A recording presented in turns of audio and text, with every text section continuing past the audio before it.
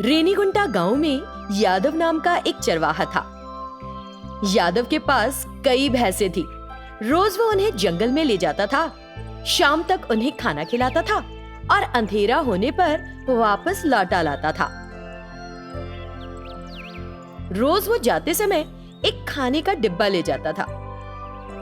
रोज की तरह वो उस दिन भी गया, लेकिन उस दिन लौटते हुए जरा देर हो गई और अंधेरा होने लगा। अरे, आज देर हो गई और अंधेरा भी हो गया है। मुझे तो रास्ता भी ठीक से दिखाई नहीं दे रहा। इस रास्ते से घर पहुंचने में बहुत समय लग जाएगा। कोई छोटा रास्ता तलाशता हूँ। उसने चारों ओर खोजा, उसे एक रास्ता दिखा। तुरंत यादव ने भैंसों को उस रास्ते पर ले लिया। उस अंधेरे में भैंसों की आंखें चमक रही थीं। हालांकि यादव को ठीक से रास्ता नहीं दिखाई दे रहा था, लेकिन वे स्पष्ट रूप से रास्ता देख सकती थी। वो भैंसों के पीछे पीछे चलने लगा। कुछ दूर चलने के बाद भैंसों ने अचानक चलना बंद कर दिया और जोर से रंभाना शुरू कर दिया और वापस मुड़ गई। अरे, आज इन भैंसों को क्या हो गया? वे ऐसा क्यों कर रही हैं? पहले से ही अंधेरा है और कुछ भी दिखाई नहीं दे रहा है। वो उन्हें एक एक करके हल्के से मारने लगा। वो उनकी गिनती कर रहा था कि सभी भैंसें मौजूद हैं या नहीं। तब यादव समझ गया कि एक बछड़ा गायब है। ये देखो, वो बोल भी नहीं सकती, लेकिन कितनी बुद्धिमान है। क्योंकि एक बछड़ा गायब है, उन्हें इसके बारे में पता चल गया और जोर जोर से रंभाने लग गई। मुझे उस बछड़े को तलाशना होगा। वो भी उनके साथ बछड़े की तलाश करता है। अचानक उन सभी भैंसों ने चिल्लाना बंद कर दिया। उनकी आंखें बड़ी हो गईं और वे बेहद डर गईं। एक तरफ घूरने लगी। अब फिर से क्या हुआ इन्हें? अब तक वे रंभा रही थी और अब अचानक चुप हो गई। क्या हो गया? क्या फिर कोई गायब हो गया? उसने उस तरफ देखा जिस तरफ भैंसें घूर रही थी। वहां एक भूतनी थी, बेहद खतरनाक। ये देखकर यादव चौंक गया और भय से कांपने लगा। बछड़ा उस भूतनी के पास था। कैसे? अगर मैं उसे छुड़ाने के लिए जाऊंगा तो यह भूतनी तो मुझे ही मार डालेगी। इसे छोड़ दूं तो मेरे द्वारा लाई गई भैंस के बछड़े को मार देगी। लेकिन उसे कोई उपाय नहीं सूझा। उसने उस बछड़े को वहीं छोड़ दिया और अपनी बाकी भैंसों को लेकर घर जाने लगा। लेकिन फिर से वो भूतनी उनके सामने आ गई। अरे, कहाँ जा रहा है तू?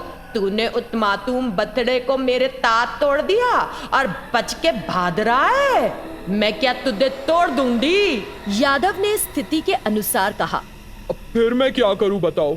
भले ही तुम एक भूतनी हो, लेकिन भूख तो तुम्हें भी लगती होगी। इसीलिए तुमसे सहानुभूति रखते हुए मैंने तुम्हारे लिए भैंस के बछड़े को छोड़ दिया। लेकिन एक बात है, ये तो तुम कच्चा मांस खाओगी। कभी पका हुआ मांस खाया है या नहीं? ये इससे अधिक स्वादिष्ट होता है और ये और भी स्वादिष्ट होगा अगर मेरी पत्नी इसे पकाएगी। मेरी पत्नी बहुत अच्छी तरह से खाना बनाती है। अगर तुम इजाजत दो तो मैं इस बछड़े को ले जाऊं और इसे पकवाऊं और तुम्हारे लिए लाऊं। फिर तुम खुशी से खा सकती हो। बहुत स्वादिष्ट होगा और आसानी से पच भी जाएगा। ये तुम्हारी सेहत को भी अच्छा कर देगा। तो बताओ, क्या सोचती हो इस बारे में? उसकी बात सुनकर भूतनी की आंखों में आंसू आ गए।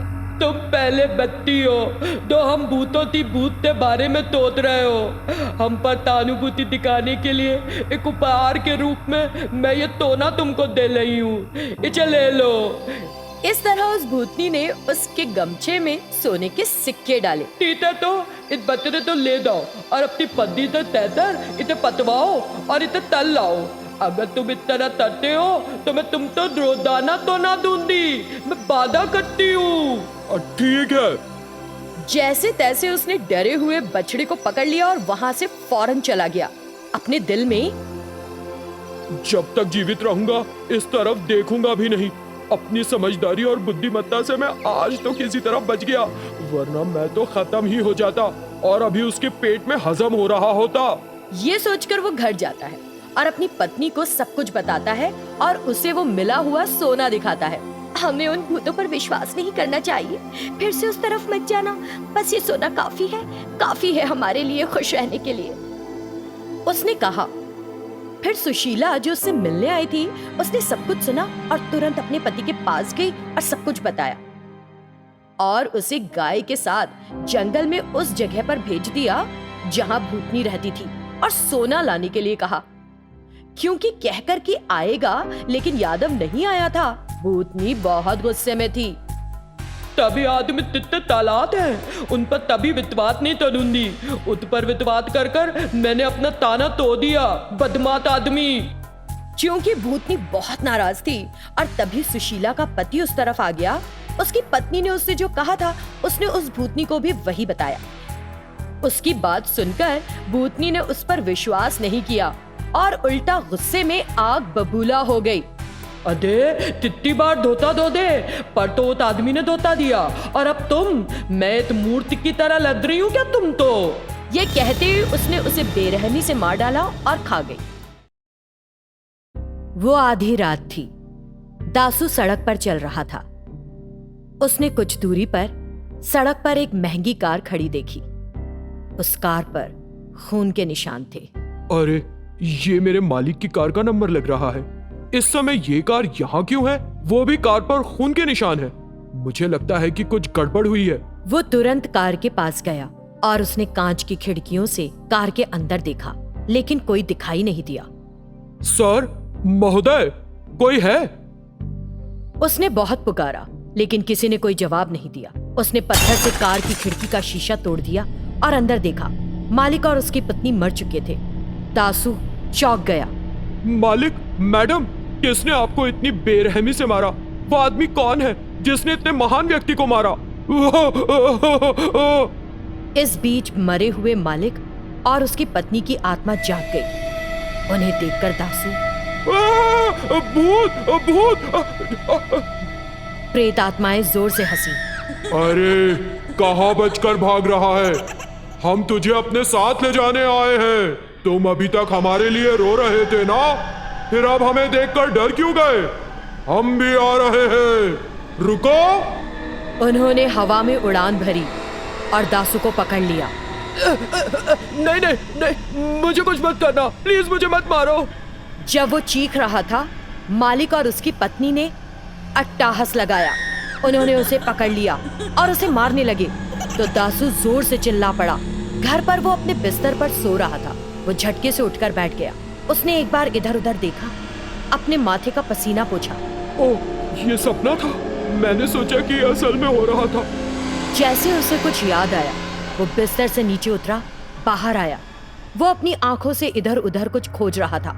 फिर उसने वो देख लिया जिसे वो ढूंढ रहा था। ये कुछ और नहीं, वही महंगी कार थी जो उसने अपने सपने में देखी थी, जो उसके मालिक की थी, और सामने का सुंदर का घर भी उसके मालिक का था। कुछ साल पहले वो रायसेन जिले का एक गांव है। उस गांव में एक जमींदार, जिसे राजीव कहा जाता था, वहां रह रहा था।